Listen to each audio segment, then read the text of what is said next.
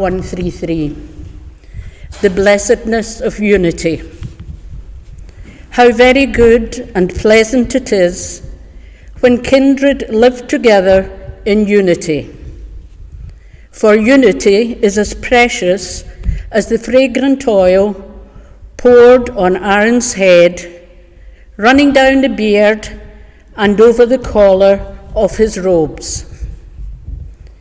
Unity is like the dew of Mount Hermon, which falls on the mountains of Zion.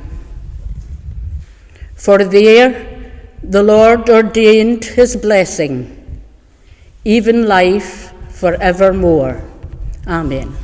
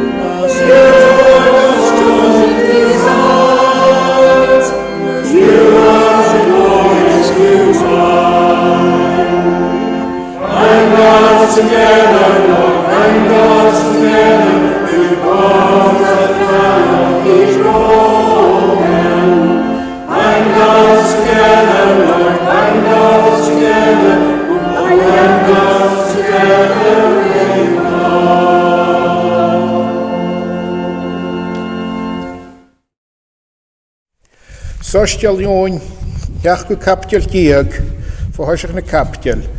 Labadi is the Prieden show, agus Hockey Suez a Hulen Gunev agus Hote, Ahad, Hanik in Ued, Glodig Tava, Gaum, Gunglodig Tava, Gussemaring Hinte. A Gaum, Mary Huku Koach ga, Edgach Fiole, ne Hule Huku ga, Kundukagashin Gaive Vehevadanach. Agus I show Vehevadanach. Jolas of the Achgostse, a neun kia feed, agus eers a Christ, a geduurd. Glodig misjuse et halu. Kriach nicht meer op de huku go de janu. Agus het je niet te raun. Ach an jel mi kuye, sansje waan. Ach maar in heente, sant na moinkelschen, ditjes Adamse, droomfachkelsen. A gaum kom hier uit Tullen aan een, a gaum maar a huise, had Adamse. Agus mis aanetse, kom hier uit maar in heente, na neun aan een. A gaum kom ditjen suul, kurtuur goed usse uit me. Agus huku mis je geisen a gloed, a huku se gonse. A gaum kom hier uit na neun, maar a shinje naar hun. Mis Annensen, agus usse Adamsen. A chu go geven Columba iad an an agus a chud go mí vís ag an húil gynt do chudúsa uat mi, agus gynt do grági hiú iadsan, mar a grági hiú mise. Amen.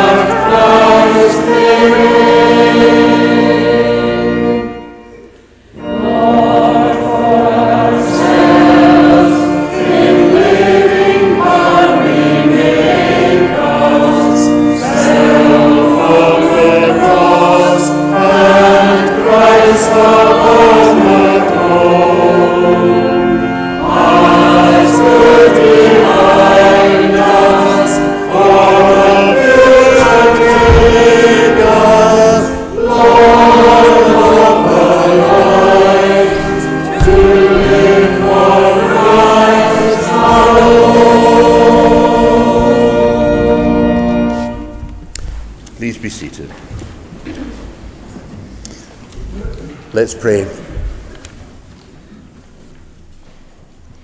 May the words of my mouth and the meditation of all our hearts be acceptable in your sight, O Lord, our rock and our Redeemer. Amen. Wel sé tolchas mór agus urum I dhéithe haun a bhí callad ibh nach son sévis agus tachastas chá cútramach, suach agus brosnachil son a like and a haráin. I thought the first word should be in Gaelic. But what I'm saying is it really is a joy, a great joy and a privilege to be with you this evening for such a happy and auspicious occasion, and with God's blessing so full of promise as together you begin this new chapter of the journey. And thank you so much for the kind invitation to be with you. It's always a joy when fellow Christians, members of God's one family, come still closer together. Within the Presbyterian part of the family, that's maybe particularly the case, for we have long acquired a certain reputation for our tendency to divide. You've probably heard of the Scottish sailor, a staunch Presbyterian, who was shipwrecked on a small, remote Pacific island, and when eventually he was rescued a few years later, it was noticed that he had built on the island not one, but 2 churches. "Why did you need to build a second church?" they asked him. "Oh," he said, "that one over there is the church I don't go to." Our meeting and its purpose this evening represents something much happier and healthier in its nature. And this very short yet rich and heartwarming 133rd Psalm seems to me to express beautifully something of the spirit in which we are gathered together tonight. "See how very good and pleasant it is when brothers and sisters live together in unity."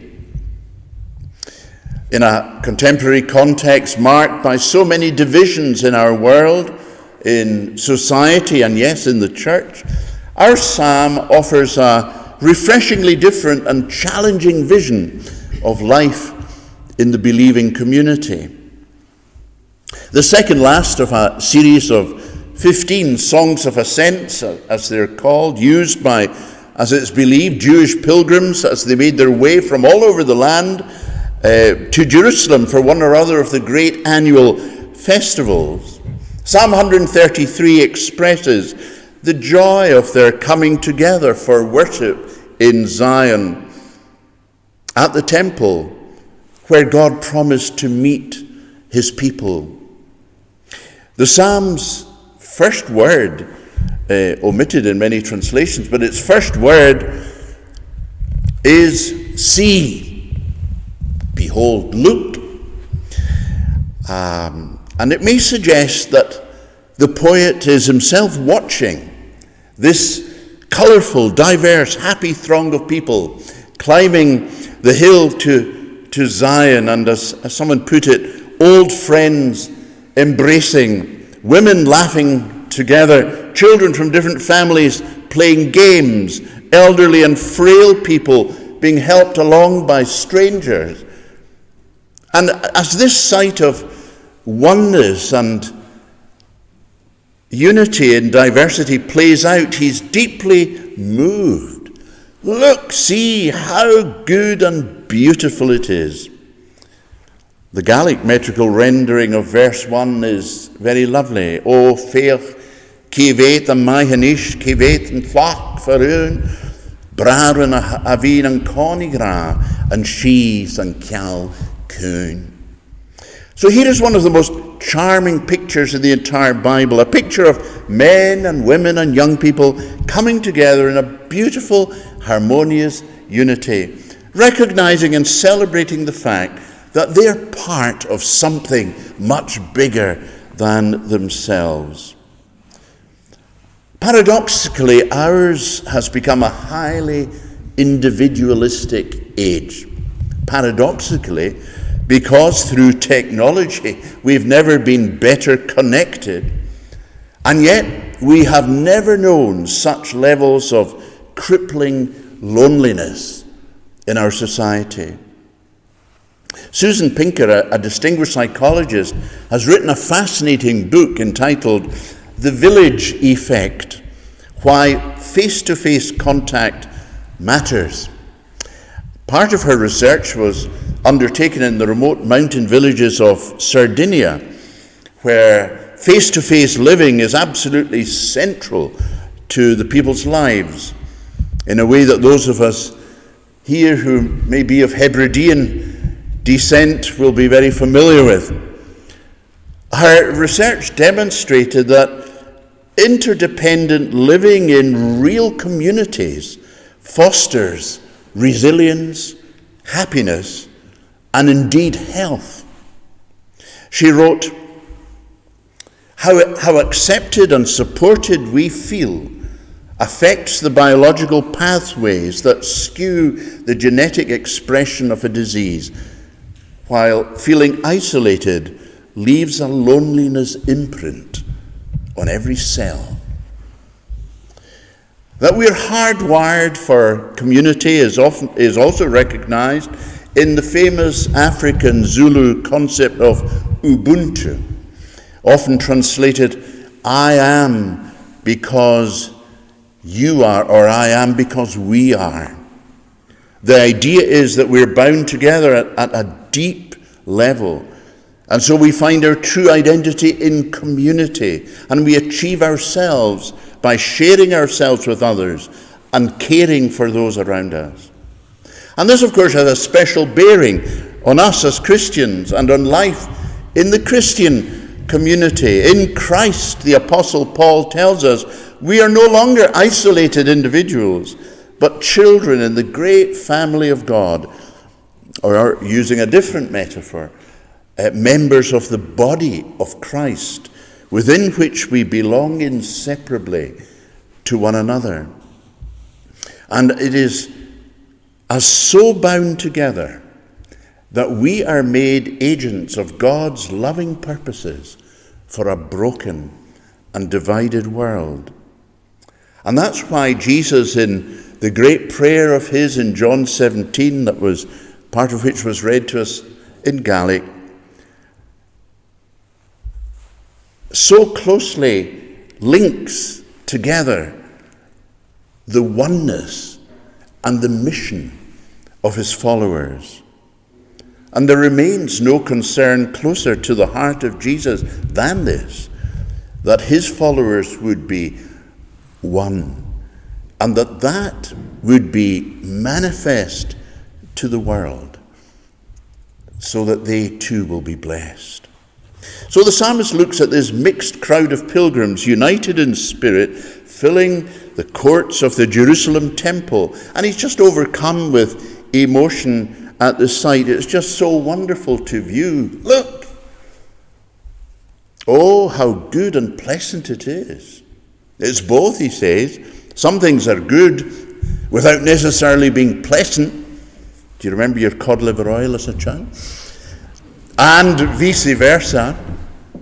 But our unity as God's people is one of those special things that are both pleasant and good.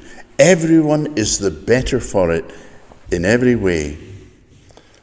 Quite recently, I had the privilege of joining a pilgrimage in Egypt hosted by the ancient Coptic Church and led by Archbishop Angus, the Coptic Archbishop of London.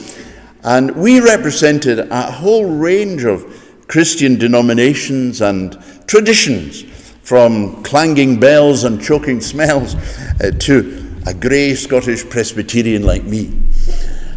The thing is, for all our many differences, including those of language, we discovered with our Coptic sisters and brothers a really profound sense of togetherness in fellowship and in the shared centralities of our Christian faith. And we see the psalmist in our little psalm struggling to find ways of expressing the sheer delight of the belonging and togetherness of God's people. And he settles for two striking metaphors or similes.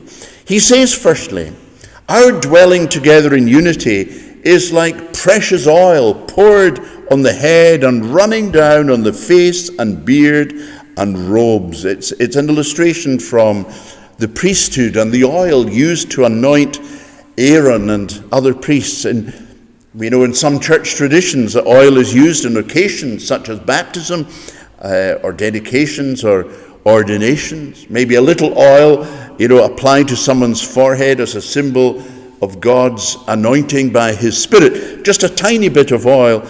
But there's something very different in the psalm here. For one thing, the oil used to anoint the priest Aaron was an incredibly rich and copious mix. The description is in Exodus 20. It was made up of olive oil, liquid myrrh, sweet-smelling cinnamon, aromatic cane, and cassia, blended as by the perfumer. And this was combined with an equally rich mix of incense released in great clouds. As Patrick Woodhouse puts it, the aroma of large quantities of this exquisite mixture being poured over the head, combined with the aroma of clouds of equally extravagant incense, would have made an ordination ceremony a wonderfully sensual occasion. That, says the psalmist, is how beautiful unity is. I'd thought just for a moment of suggesting to the Presbytery that we replicate the procedure this evening with Melvin, the anointed one, and all of us rejoicing in the pleasing odours. But I recalled in time that we're Presbyterians. But our oneness is not just like the extravagant aromatic anointing oil, though. The second simile in the psalm talks about the dew. Dwelling together in unity, he says, is as delightful as when dew as heavy as that which falls on Mount Hermon falls on the mountains of Zion. Now, Hermon is a high mountain, the tallest in the land, I think, almost 10,000 feet, situated to the north of Israel, the head of the Jordan Valley. And the surrounding plain was famed for having extraordinarily heavy morning dews. And some 19th century travel writers have vivid descriptions of this. One wrote, "The dew is the most copious we've ever experienced. It penetrates everywhere. It saturates everything. The floor of our tents was soaked. Our bed was covered with it." The dew was everywhere. The dew of Hermon. Another picture of abundance. It gets everywhere. It soaks everything. And it gives life. And in Christian terms, the psalm is saying to us, you know, when we in the church abide with one another in the unity of Jesus' love and delight in that unity, it's as if somehow this abundant dew of Hermon were to fall on Mount Zion, generating life and fruitfulness as it does. So we can almost see that as a kind of preview of Pentecost, a picture of the Holy Spirit poured out and down upon the church by the risen Christ, saturating and drenching the people of God, making them one and creating a wonderful fragrance and an impact on the world as it does. And don't you just want to pray, Lord, do it again? Today in the fellowship of the church, God is calling us to live together in unity to the fullest extent possible, working together in harmony, refusing to give in to selfish and self-seeking impulses. It's there and it's then, says the psalmist, that God commands the blessing. Of course, such living together in unity and harmony is difficult to achieve because, well, we are all sinners with many faults and failings still. But the challenge to us all who follow Jesus is to strive for it with all our hearts. As you go forward together in this happy new arrangement, I do hope this little gem of a psalm may be an inspiration, even a watchword for life together here. As its last words remind us, the place of unity, of togetherness, is the place of ordained blessing. For in this place is the presence of the one who said, I'm there in the midst of you. The one who gives us life forevermore, life in all its fullness. This is a God who loves us all with abundant and overflowing love, and who holds nothing back. You notice how in this little psalm, everything is flowing downwards, downwards, downwards. The oil, the dew, the blessing. It's all coming down from above. So let's together seek the joy of our unity in Christ, achieved through the downpoured Spirit poured upon us. And let's strive with all our being to deepen and make manifest our oneness until, in God's good time, our beloved but spiritually dry and thirsty land flows with the abundant life of our Lord's coming kingdom. Gas and grog glor and sin jöklish tre Iesekliest is fjölgach ulegeen gusuhul nansuhul. Amen. As able, could we stand now to confess our faith in the words of the Apostles' Creed as printed on the order of service? I believe in God the Father Almighty, creator of heaven and earth. I believe in Jesus Christ, God's only Son, our Lord, who was conceived by the Holy Spirit, born of the Virgin Mary, suffered under Pontius Pilate, was crucified, died, and was buried. He descended to the dead. On the third day he rose again. He ascended into heaven. He is seated at the right hand of the Father, and he will come to judge the living and the dead. I believe in the Holy Spirit, the Holy Catholic Church, the communion of saints, the forgiveness of sins, the resurrection of the body, and the life everlasting. Amen. Amen. And we continue to stand singing our next hymn, Christ from whom all blessings flow.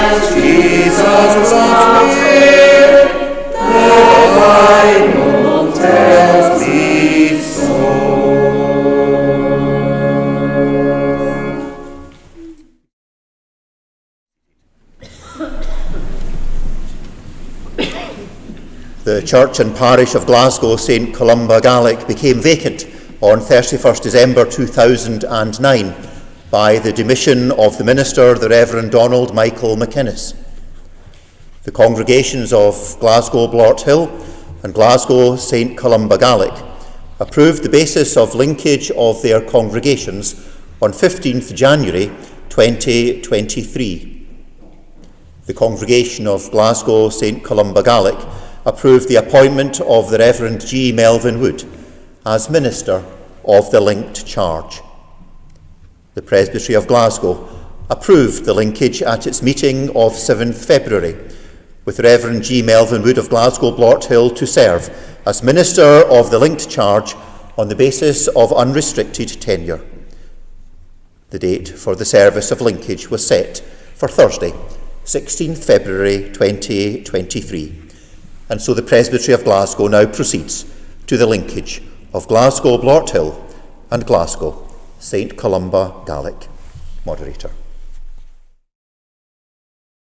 A word of thanks to all of you for supporting us tonight, but especially for those who have contributed most wonderfully to our service tonight. It's been so touching to hear what has been said. Thank you so much.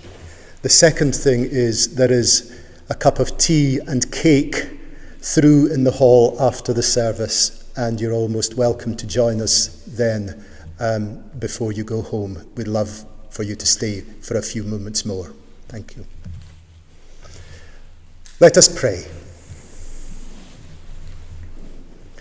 God of faithfulness and love, we thank you for the worship and witness of the congregations of St Columba and Blawarthill, and those who have gone before them in times past, bringing seekers to faith, sustaining them on their pilgrimage, catching them up into the glory of heaven.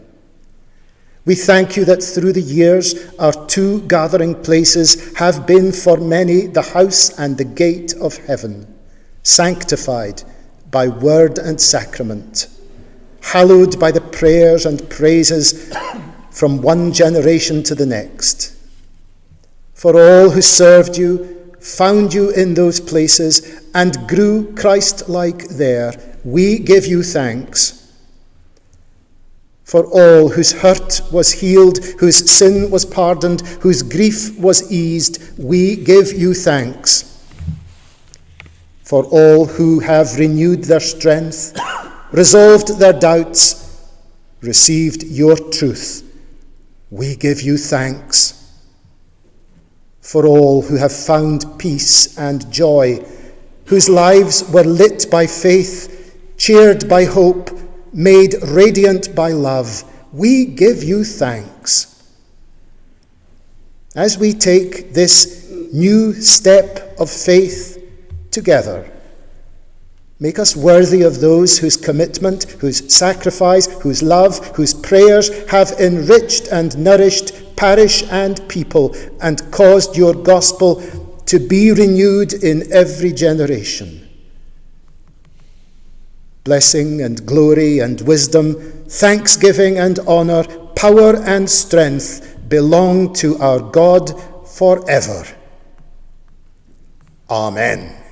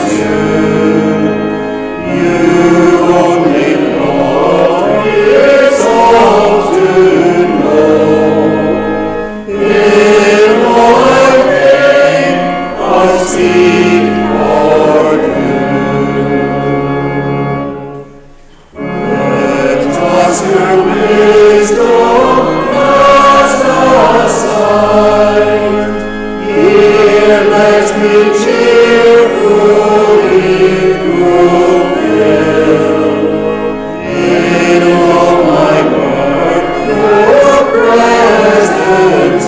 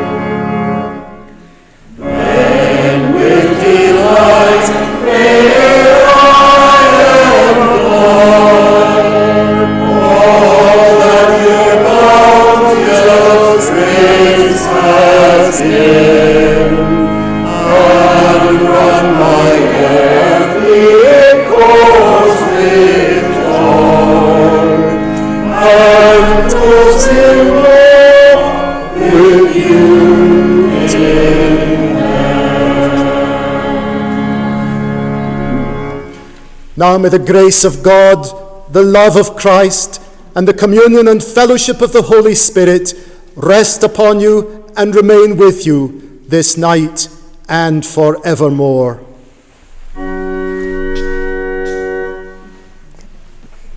An isgur o gras trochgyd agus sif o hir, an tahed amach agus an spirit nuv, maid ei fwle, o naum sio amach agus gysiri.